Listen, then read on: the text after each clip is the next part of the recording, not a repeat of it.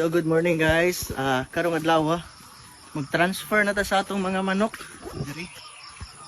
Ibali na nato siya glaing butanganan kay naana po siya ipuli diri nga mga gagmay. So dagko-dagko naman sila. Bali na po sila puyanan.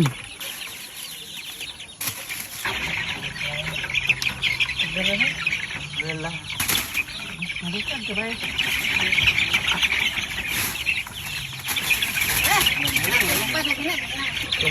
Medyo palpak na guys. Perperte pagka abtika manglupad. Yung usaw nakabuhi.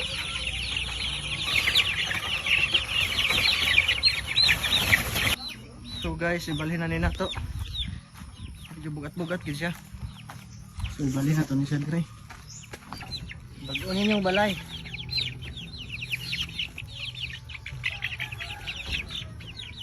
So guys, sumanatag balhin sa katong mga 1 month kapin nga manok no. So ari na putas gagmay. And then kauban ako sa papa. So nga ani gini no. Kanang magbuhi tag mga binuhi ba nga animals, mga chicken. Mas unahon na to sila pakaon kaysa sa ato So pinangga man. Di ba? So nanata dire. Kani sila mga 140 kabuok ni kapin. Satan silang ibalhin kay murag hindi na po sila glaing balay-balay.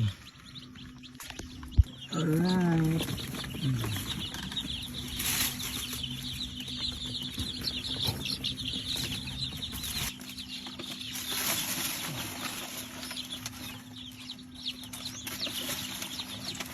So guys, mga na niya mga piso no, 140 nik siya kabuok niya.